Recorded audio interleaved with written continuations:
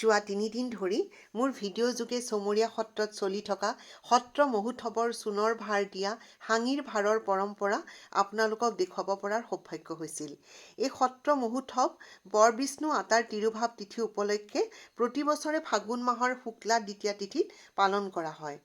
যোৱাকালি মোৰ ভিডিঅ'ত এজনে কমেণ্ট কৰিছিল, আজিকালি চাৰিওফালে ধৰ্ম, কিন্তু এয়া ধৰ্ম নহয়।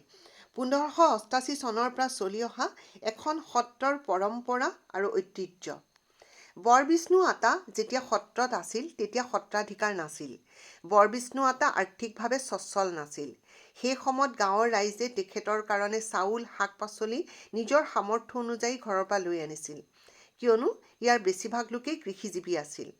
তেখেতসকলে যি সিধা আনিছিল সেই সিধাৰ প্ৰচলন এতিয়াও আছে।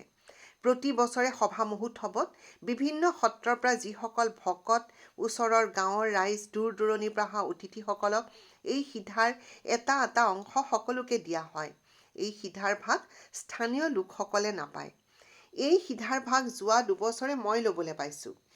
এইবাৰো মোৰ নামটো দিওঁতে পৰিয়ালৰ সংখ্যা 1 বুলি দিছিলোঁ, কিয়নো সেই হিচাপতহে সিধাটো দিয়ে। অতিথিসকলৰ লগত সিধাৰ বাবে বহি থাকোঁতে বাপসকলে মোক সুধিলে, আপুনি যে 1 মানুহৰ হিচাপ দিলে? যিহেতু বাপসকলে মোক চিনি পায়। মই ক'লোঁ, হয়, মই অকলে। কিয়, আপুনি যে ল'ৰা-ছোৱালী 4টাৰ হিচাপ নিদিলে?